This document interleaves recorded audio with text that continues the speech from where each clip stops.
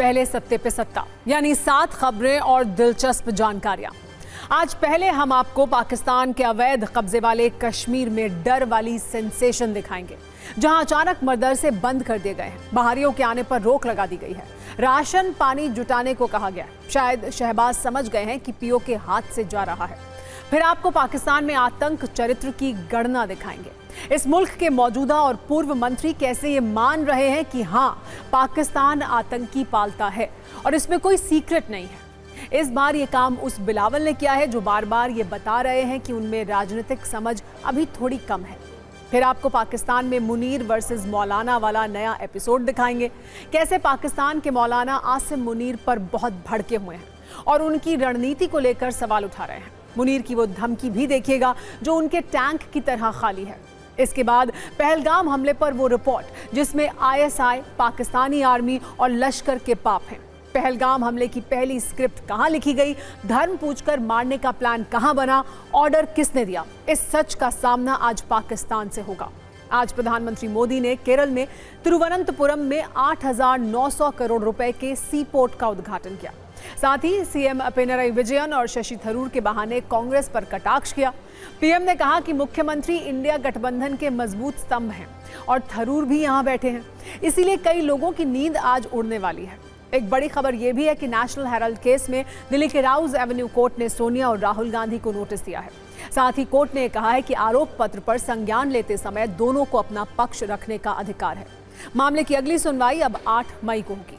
और आज अपने न्यूज मित्रों को एक ऐसा वीडियो भी दिखाएंगे जो पाकिस्तान में वायरल होने वाला है। यूपी में शाहजहांपुर के गंगा एक्सप्रेसवे पर भारतीय वायुसेना के 15 लड़ाकू विमानों ने आंधी तूफान के बीच टचडाउन किया है। टच एंड गो का यह अभ्यास पहली बार रात में भी किया जाएगा। सत्ता में आज हम सबसे पहले आपको एक ऐसी सेंसेशन के बारे में बताने जा रहे हैं जो इस वक्त पाकिस्तान के अवैध कब्जे वाले कश्मीर के अंदर हो रही है। पाकिस्तान के डर के सारे तोते उड़कर इस वक्त उसी पीओके में पहुंच गए हैं और वहां तरह तरह की सेंसेशन महसूस की जा रही है। आप सभी न्यूज मित्र ये पूछेंगे कि कैसी सेंसेशन, तो इसका जवाब है कपकपाहट, बौखलाहट, घबराहट, फड़फड़ाहट और हड़बड़ाहट। कपकपाहट इसलिए क्योंकि पीओके में शहबाज की सत्ता ने अचानक 1000 मदरसे बंद कर दिए हैं। बौखलाहट इसलिए क्योंकि पाकिस्तान के अवैध कब्जे वाले कश्मीर में तत्काल प्रभाव से बाहरियों की एंट्री बंद कर दी गई है और पर्यटक भी बैन कर दिए गए हैं। शहबाज और पीओके में तैनात मुनीर की आर्मी में घबराहट वाली सेंसेशन तो इतनी ज्यादा है कि राशन पानी जुटाने का आदेश तक जारी कर दिया गया है। फड़फड़ाहट वाली सेंसेशन का अंदाजा आप इस बात से लगा सकते हैं कि पीओके के सारे होटल और गेस्ट हाउस को सेना के हवाले कर दिया गया है।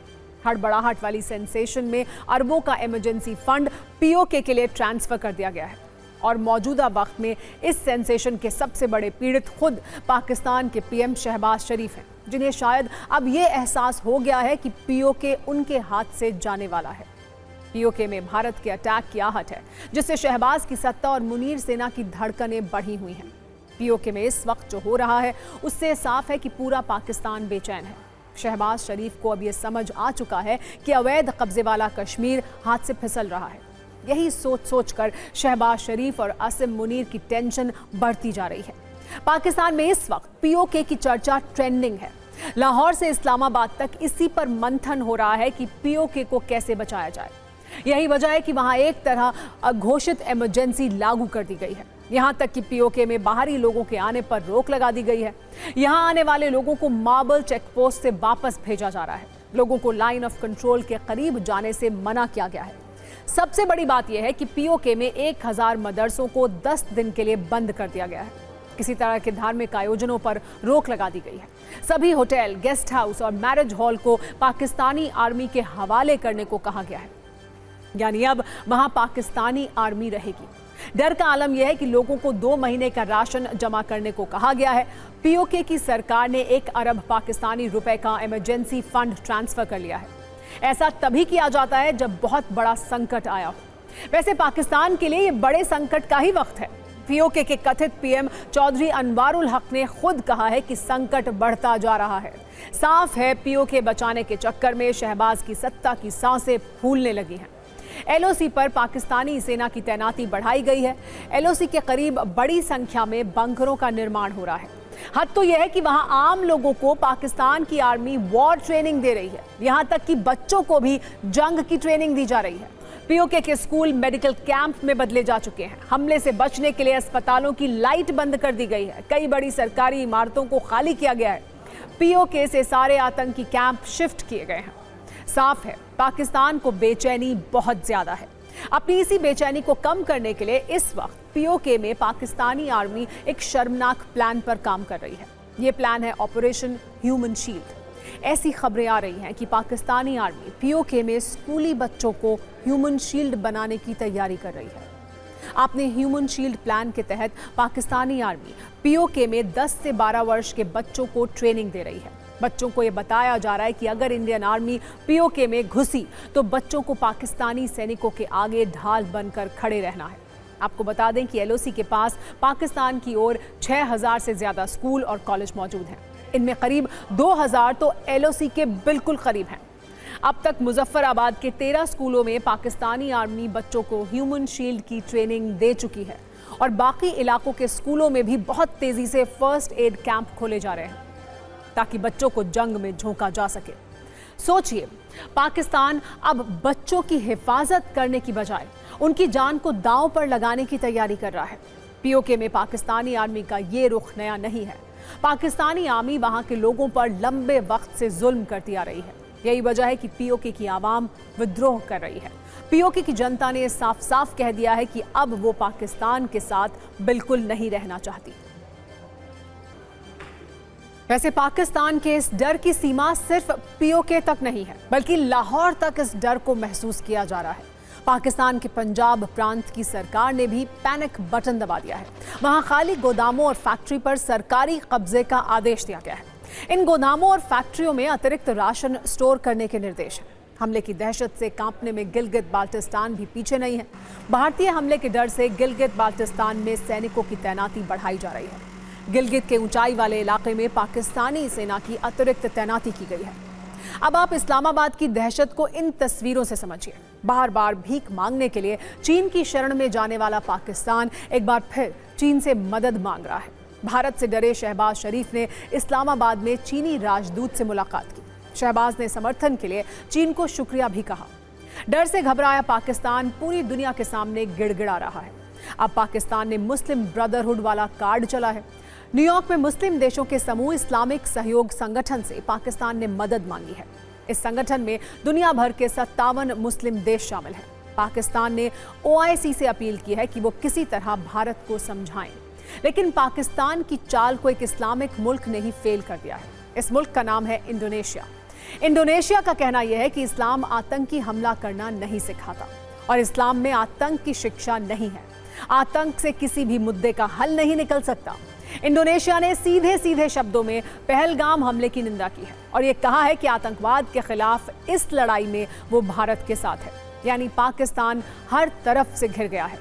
ऐसे में उसने वही पुराना न्यूक्लियर वाला राग फिर छेड़ दिया है। हालांकि पाकिस्तान के कई एक्सपर्ट और आवाम ही उसकी इस न्यूक्लियर ब्लैकमेलिंग की पोल खोल रहे हैं।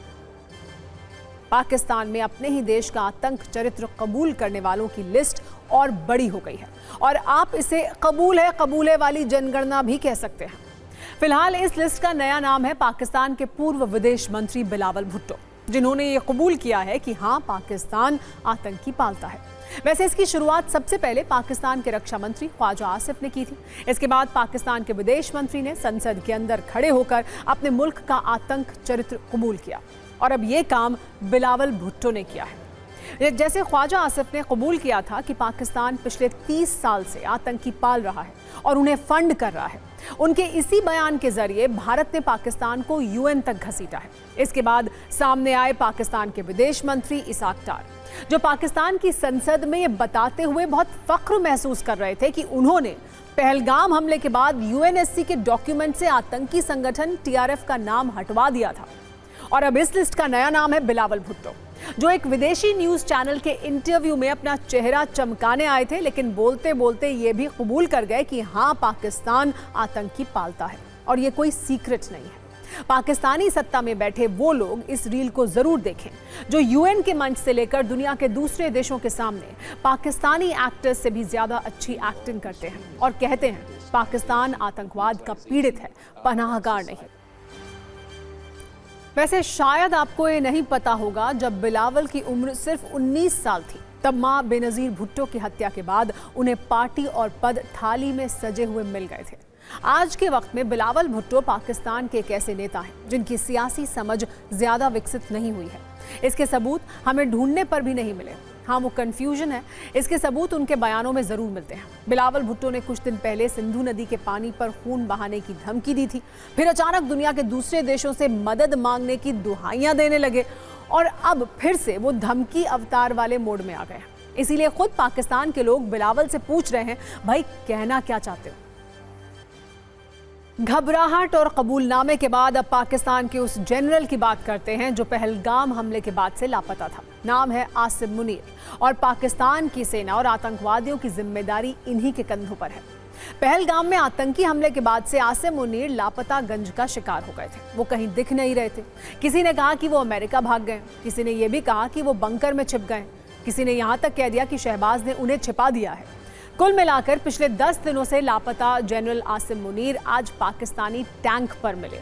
उनकी एक तस्वीर आई जिसमें वो एक टैंक पर खड़े हैं। इस तस्वीर के साथ उन्होंने कुछ नई धमकियां भी रिलीज की जो पाकिस्तानी न्यूज चैनलों पर तो हिट हैं, लेकिन युद्ध के मैदान में उनका फ्लॉप होना तय है।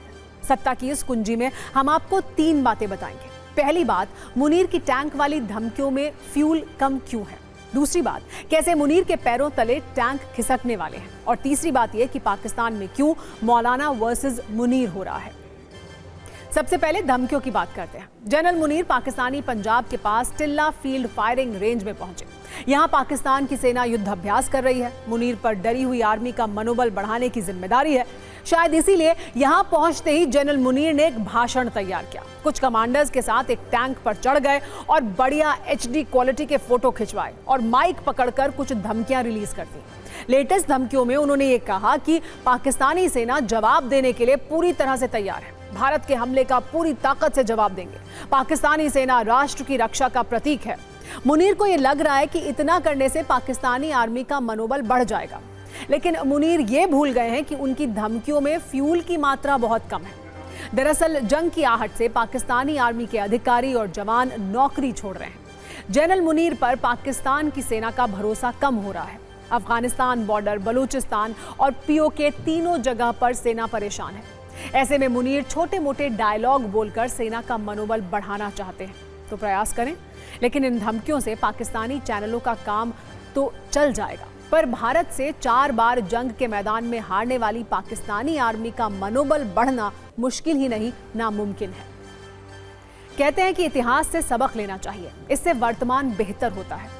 लेकिन पाकिस्तान में ऐसी कोई परंपरा नहीं है। पाकिस्तानी आर्मी के जनरल भारत से युद्ध के मैदान में हारने के बाद भी पुरानी गलती ही दोहराते रहे हैं। आसिम मुनीर के लक्षण भी कुछ ऐसे ही दिख रहे हैं। वो अपने पुराने जनरल और बड़बोड़े नेताओं से सीख नहीं ले रहे हैं और युद्ध के मैदान में आग बढ़ाना चाहते हैं। वैसे वो जिस टैंक पर खड़े होकर भारत के खिलाफ धमकियों की सीरीज जारी कर रहे हैं, उन्हें युद्ध के मैदान में पाकिस्तानी टैंकों का इतिहास पढ़ना चाहिए। जब परमवीर चक्र से सम्मानित शहीद अब्दुल हमीद ने 1965 की जंग में पाकिस्तान को अमेरिका से मिले पैटर्न टैंक उड़ा दिए थे। खेमकरण सेक्टर में पाकिस्तान की बुरी हार हुई थी। उस वक्त पैटर्न टैंक को दुनिया का सबसे आधुनिक टैंक माना जाता था। 1965 के युद्ध में पाकिस्तानी टैंकों पर भारत के टैंक भारी पड़े थे। भारतीय सेना ने पाकिस्तान के 300 टैंक ध्वस्त किए थे, जबकि इस युद्ध में भारत के सिर्फ 128 टैंक नष्ट हुए थे। 150 पाकिस्तानी टैंकों पर भारत ने कब्जा भी कर लिया था और 40 भारतीय टैंकों पर पाकिस्तान ने कब्जा कर लिया था। हालांकि इसमें ज्यादातर पुराने और रिटायर होने वाले टैंक शामिल थे। वैसे 1965 के अलावा लोंगेवाला पोस्ट की कहानी भी जनरल मुनीर भूल गए होंगे, जहां 1971 की जंग में पाकिस्तान ने 3000 सैनिक, 40 से 45 टैंक, 1 फील्ड रेजिमेंट और 2 आर्टिलरी बैटरी के साथ हमला किया था। लेकिन भारत के सिर्फ 120 जवानों ने उन्हें धूल चटा दी थी। इसी युद्ध में पाकिस्तान के 93,000 सैनिकों ने भारतीय सेना के सामने सरेंडर कर दिया था। हालांकि पुरानी बातों को छोड़ भी दें तो जनरल मुनीर को मौजूदा स्थिति का खास ख्याल रखना चाहिए, जिसमें भारत के पास 4201 टैंक हैं और पाकिस्तान के पास सिर्फ 2672 टैंक। और अगर बख्तरबंद गाड़ियों की बात करें तो भारत के पास 1,48,594 और पाकिस्तान के पास सिर्फ 17,516 बख्तरबंद वाहन हैं। यानी टैंक पर चढ़कर फोटो अपॉर्चुनिटी तक तो ठीक है, लेकिन जंग के मैदान में इतिहास और वर्तमान दोनों पाकिस्तान की बुरी तस्वीर दिखा रहा है। जनरल मुनीर ये नहीं समझ पा रहे हैं कि उनके पैरों तले टैंक खिसक रहे हैं, लेकिन पाकिस्तान के बड़े नेता मौलाना फजलुर रहमान ये बात समझते हैं कि पाकिस्तान की आर्मी चारों तरफ से घिरी है और भारत के साथ साथ तालिबान से भी सेना ने रिश्ते खराब कर लिए हैं। वो ये कहते हैं कि हर समस्या का समाधान आर्मी के पास नहीं है। आर्मी समस्या कम करने के बदले समस्या बढ़ा रही है। जिस पहलगाम हमले के बाद पाकिस्तान में दहशत है, उसकी पूरी स्क्रिप्ट पाकिस्तान ने ही लिखी थी। सूत्रों से मिली जानकारी के मुताबिक एनआईए की अब तक की जांच में ये बात साफ हो चुकी है। एनआईए जांच में आतंकी संगठन लश्कर-ए-तैयबा, पाकिस्तानी खुफिया एजेंसी आईएसआई और पाकिस्तानी आर्मी की साजिश के सबूत मिले हैं। पता चला है कि आईएसआई के इशारे पर लश्कर के हेडक्वार्टर में पहलगाम हमले की साजिश हुई। जानकारी के मुताबिक हमले से पहले आतंकियों ने बेताब घाटी में हथियार छिपाए थे। अभी तक की जांच में पता चला है कि आतंकी पाकिस्तान के अवैध कब्जे वाले कश्मीर में बैठे अपने हैंडलर्स के संपर्क में थे। वहीं से इन आतंकियों को सारे दिशा निर्देश मिल रहे थे। शुरुआती जांच रिपोर्ट में हमले में शामिल 2 आतंकी हाशिम मूसा और अली भाई उर्फ तलहा भाई का जिक्र है। जानकारी है कि इस रिपोर्ट में ओवरग्राउंड वर्कर्स की भूमिका का भी जिक्र है। ऐसे लोग जो आतंकवादियों की मदद करते हैं, उनके नेटवर्क और समूह को ओवरग्राउंड वर्कर्स यानी OGW कहा जाता है। खबर है कि एनआईए ने ऐसे लोगों की एक लिस्ट तैयार की है। सूत्रों से मिली जानकारी के मुताबिक 15 अप्रैल को आतंकी पहलगाम आए थे। 3 लोकेशन की रेकी की गई, जिसमें अरू घाटी, बेताब घाटी और अम्यूजमेंट पार्क शामिल हैं। लेकिन पहलगाम पुलिस स्टेशन नजदीक होने से आतंकियों ने प्लान बदल दिया, जिसके बाद 20 अप्रैल को आतंकी बेस्टरन घाटी पहुंचे। 2 दिन घाटी की रेकी की, जिसमें 4 ओवरग्राउंड वर्कर्स ने आतंकियों की मदद की। सत्ता में अब हम आपको असदुद्दीन ओवैसी का वीर रस दिखाते हैं, जो पहलगाम हमले के बाद पाकिस्तान पर जमकर बरस रहा है, जो इस वक्त पाकिस्तान का नाम आते ही फुल फायर मोड में आ जाते हैं और उनके बयान इस वक्त पाकिस्तान और उसकी सत्ता पर जुबानी बम बनकर गिर रहे हैं। अब तक पाकिस्तान को लश्कर की नाजायज औलाद बताने वाले ओवैसी इस बार मुनीर की सेना पर जमकर गरजे हैं। उन्होंने मोदी सरकार और इंडियन आर्मी को नया आइडिया दिया है। ओवैसी ने कहा है कि इस बार पाकिस्तान में सिर्फ घुसकर मारना नहीं है, बल्कि घुसकर बैठ जाना है। भारत में लोगों को पाकिस्तान पर ओवैसी का राष्ट्रवाद वाला ये वीर रस बहुत पसंद आ रहा है। अब के बार अगर कुछ एक्शन ले रहे तो घर में घुस के बैठ जाना। घर में घुस के मारते बोले ना, अब घर में घुस के बैठ जाना, खत्म। ये होना चाहिए। पीओके ले लेना नहीं, अरे गवर्नमेंट खुद बोल रही। एक बात सुनिए, पीओके नहीं, पीओके का रेजोल्यूशन है पार्लियामेंट का, भारत की पार्लियामेंट का रेजोल्यूशन है, वो भारत का है बोल के। तो बीजेपी क्या बोलती, घर में घुस के बोले डैश डैश बोले, हम बोले घर में घुस के बैठ जाओ आप। ये खत्म होना है टेररिज्म, जो बार बार हर थोड़े दिन को जो टेररिज्म होता। वैसे ओवैसी का ये कोई पहला बयान नहीं है।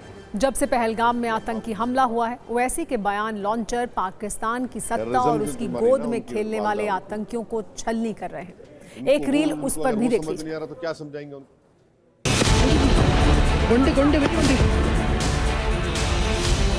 पाकिस्तान में ये मौजूद है, ये टेररिस्ट, उनको वहीं से सपोर्ट किया जाता, उनको तैयार किया जाता, फाइनेंस किया जाता। उनका जो एनुअल बजट है, हमारी मिनिस्ट्री ऑफ डिफेंस के बजट उससे बढ़ के है। और वो लोग जो है, भारत से उनका टाइम आधा घंटा पीछे है। उन्होंने आधा घंटा पीछे नहीं है, उन्होंने 30 साल पीछे है भारत से। आप क्या बना सकते हैं वहाँ पे? दवाएं नहीं बना सकते, मलेरिया की दवा नहीं बना सकते। तुम क्या बात कर रहे हैं आप? उन्होंने जो है अभी राजनीति में आए हैं, उनको ये सोचना पड़ेगा कि उनकी अम्मा को किसने मारा। टेररिज्म तो मारी ना उनकी वालदा, उनको अगर वो समझ में नहीं आ रहा तो क्या समझाएंगे उनको भी? भाई, जिसकी माँ को उसी के होम ग्रोन टेररिस्ट ने मार दिया, तो वो बात समझो ना तुम। आपकी माँ को जब गोली मारा तो टेररिज्म है, और हमारे बेटियों को, माओं को जो मारे, टेररिज्म नहीं है क्या वो? ये एलईडी पाकिस्तान की हुकूमत की आईएसआई की एक नाजायज औलाद है। पाकिस्तान यही चाहता है, आईएसआई यही चाहती है, एलईडी यही चाहता है कि इस मुल्क में हिंदू और मुसलमानों में और इख्तलाफात बढ़े। पाकिस्तान को फिर से FATF की ग्रे लिस्ट में लाना जरूरी है। फाइनेंशियल एक्शन टास्क फोर्स में उनको ग्रे लिस्ट में लाए। ग्रे लिस्ट में लाए तो उनको, ये देखिए, इलीगल पैसों से फाइनेंस करे टेररिज्म ये लोग। सत्ता में अब एक ऐसे एक्सप्रेसवे की बात करते हैं जिसका भारत पाकिस्तान युद्ध से तो कोई संबंध नहीं है, लेकिन उस एक्सप्रेसवे पर जो हुआ उसे देखकर पाकिस्तान का गला सूख सकता है। उसकी डर वाली सेंसेशन और बढ़ सकती है। आज उत्तर प्रदेश में बन रहे गंगा एक्सप्रेसवे पर भारतीय वायुसेना के विमानों ने टच एंड गो किया। मेरठ से प्रयागराज के बीच बनाए जा रहे 594 किलोमीटर लंबे 6 लेन के गंगा एक्सप्रेसवे पर आज आंधी और तूफान के बीच भारतीय वायुसेना के 15 विमानों ने टच एंड गो किया। करीब 3.5 किलोमीटर लंबी इस हवाई पट्टी पर सबसे पहले C-130J सुपर हर्क्यूलिस विमान, फिर जैगुआर, मिग और राफेल विमानों ने एक साथ आसमान में करतब दिखाए। AN-32 लड़ाकू विमान ने तो एक्सप्रेसवे पर लैंडिंग भी की। करीब 2 घंटे तक वायुसेना के लड़ाकू विमानों ने यहां अभ्यास किया। हालांकि ये पहला मौका नहीं है जब भारतीय वायुसेना के विमानों ने किसी एक्सप्रेसवे पर टचडाउन किया, लेकिन खास बात यह है कि ये विमान सिर्फ दिन में शौर्य का प्रदर्शन नहीं करने वाले हैं, बल्कि अब से कुछ ही देर बाद 3 घंटे का नाइट लैंडिंग शो भी होगा। गंगा एक्सप्रेसवे यूपी का चौथा ऐसा एक्सप्रेसवे है जिसमें हवाई पट्टी है। ये रात में लैंडिंग की क्षमता वाला देश का पहला एक्सप्रेसवे है। युद्ध के दौरान किसी भी देश का एयरफोर्स स्टेशन, एयरफोर्स के इस्तेमाल वाली हवाई पट्टी दुश्मनों के निशानों पर होती है। ऐसे में गंगा एक्सप्रेसवे, जिस पर दिन और रात दोनों की लैंडिंग वाली हवाई पट्टी है, वो एयरफोर्स के लिए वरदान साबित हो सकती है और इससे पाकिस्तान का सेंसेशन और ज्यादा बढ़ना तय है।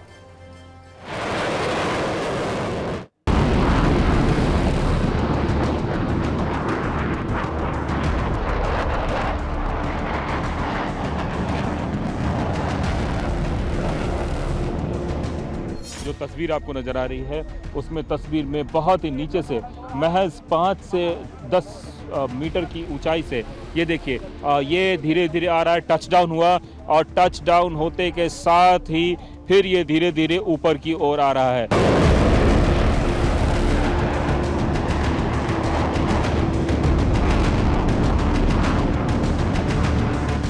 तो ये जो अलग अलग तस्वीरें अलग अलग विमानों की नज़र आ रही है, वह यह बता रहा है कि हिंदुस्तान सामरिक दृष्टि से कितना महत्वपूर्ण है।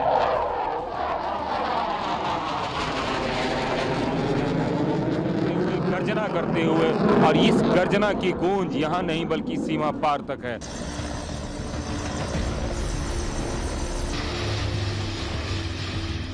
जब लड़ाई होती है तो यकीनन आपका एयरबेस जहाँ से आप ऑपरेट कर रहे हो वो डिग्रेड हो सकता है, बर्बाद हो सकता है, या टेम्परेरी आउट ऑफ कमीशन हो सकता है। इसलिए इमरजेंसी लैंडिंग फैसिलिटीज़ या ऑक्सिलरी रनवे जो है बहुत लाजमी है, क्योंकि ये आपको तमाम ऑपरेशन को जारी रखने की इजाज़त देते हैं।